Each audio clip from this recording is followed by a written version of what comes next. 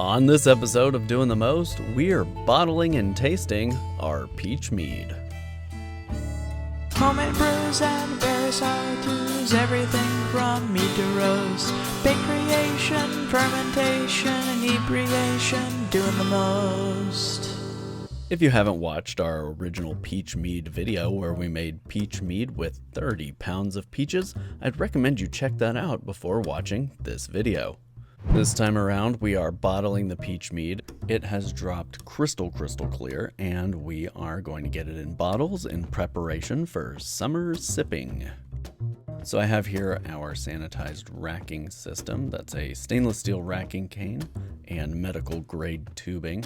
Those were sanitized prior to bringing them in here, and I'm just staging them in the top of the carboy here so I can get everything set down below.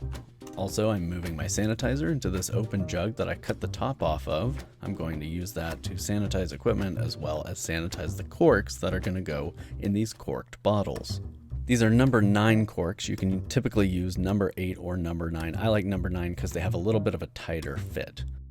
And I'm also sanitizing my bottling wand prior to attaching it to my racking system.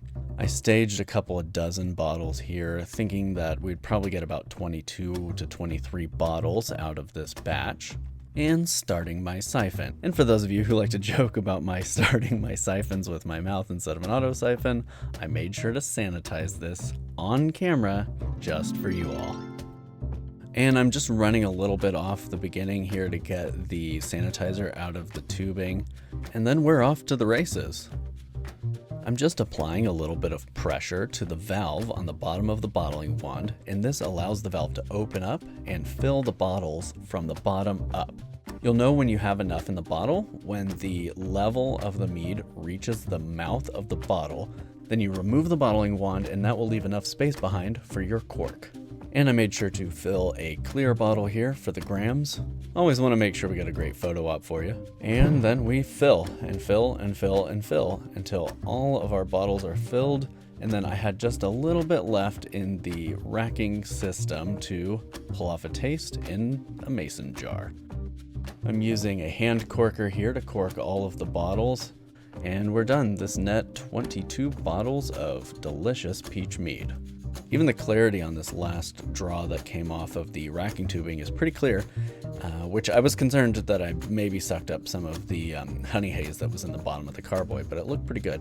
The nose on this is grapey and kind of white winey. It's just got a little bit of heat to it still, and again, I think that'll age out by the time summer rolls around.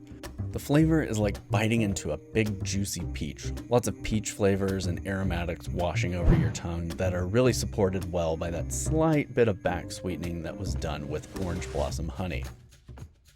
I don't think there's a whole lot I would change about this. Maybe next time I would add in a little bit of powdered wine tannin, like a red wine tannin, to heft up the mouthfeel a little bit. There's not as much astringency here as I thought there would be on my initial tasting, and that is something that I might adjust if I was getting really particular about it next time. But I think the amount of fruit is just right, and for my palate, the sweetness is on point. We will definitely be going back to the Border Peach Festival and hope for a nice big peach harvest this year. Thank you for watching. As always, you can find us on Instagram and Pinterest at Doing the Most OK, and our website is doingthemost.org.